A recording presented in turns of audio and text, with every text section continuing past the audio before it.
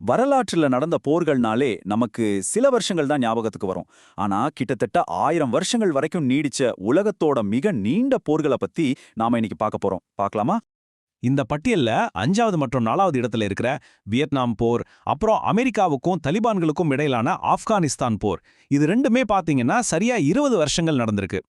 மூணாவது ரொம்பவே சுவாரஸ்யமானது. இங்கிலாந்துக்கும் பிரான்ஸுக்கும் நடுவுல நடந்த 100 வருட போர்.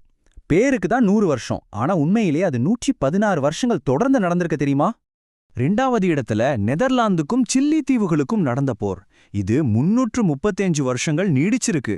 ஆனா என்ன ஒரு ஆச்சரியம்னா, இவ்ளோ வருஷத்துல ஒரு தடவை கூட 2 தரப்பும் நேருக்கு நேர் சண்டை போட்டுக்கவே இல்லையா?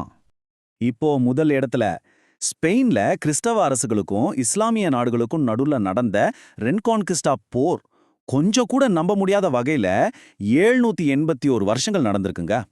பல நூற்றாண்டுகளா நடந்த இந்த ஒரே ஒரு போர்ல எத்தனை தலைமுறைகள் பிறந்து வாழ்ந்து இறந்திருப்பாங்கன்னு கொஞ்சம் கற்பனை செஞ்சு பாருங்களேன்.